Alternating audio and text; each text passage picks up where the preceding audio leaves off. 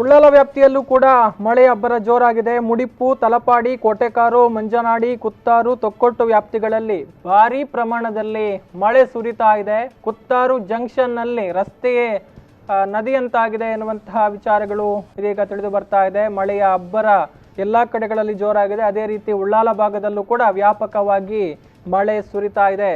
ರಸ್ತೆಗಳು ಸಂಪೂರ್ಣವಾಗಿ ನದಿಗಳ ಹಾಗೆ ಮಾರ್ಪಟ್ಟಿರುವಂಥದ್ದು. ಕುತ್ತಾರು ಜಂಕ್ಷನ್ ನಲ್ಲಿ ರಸ್ತೆಯಲ್ಲೇ ನೀರು ನಿಂತ ಪರಿಣಾಮ ವಾಹನ ಸವಾರರು ಪರದಾಡ್ತಾ ಇರುವಂತಹ ಸನ್ನಿವೇಶಗಳು ಕೂಡ ಕಂಡು ಬರ್ತಾ ಇದೆ. ಇನ್ನು ತಲಪಾಡಿಯಲ್ಲಿ ಪೊಲೀಸ್ ಚೆಕ್ ಪಾಯಿಂಟ್ಗೂ ಕೂಡ ಮಳೆಯಿಂದಾಗಿ ಅಡ್ಡಿಯಾಗಿದೆ ಎನ್ನುವಂತಹ ವಿಚಾರಗಳು ತಿಳಿದು ಬರ್ತಾ ಇದೆ. ನಾವು ದೃಶ್ಯಗಳಲ್ಲಿ ಕೂಡ ನೋಡ್ತಾ ಇದ್ದೇವೆ.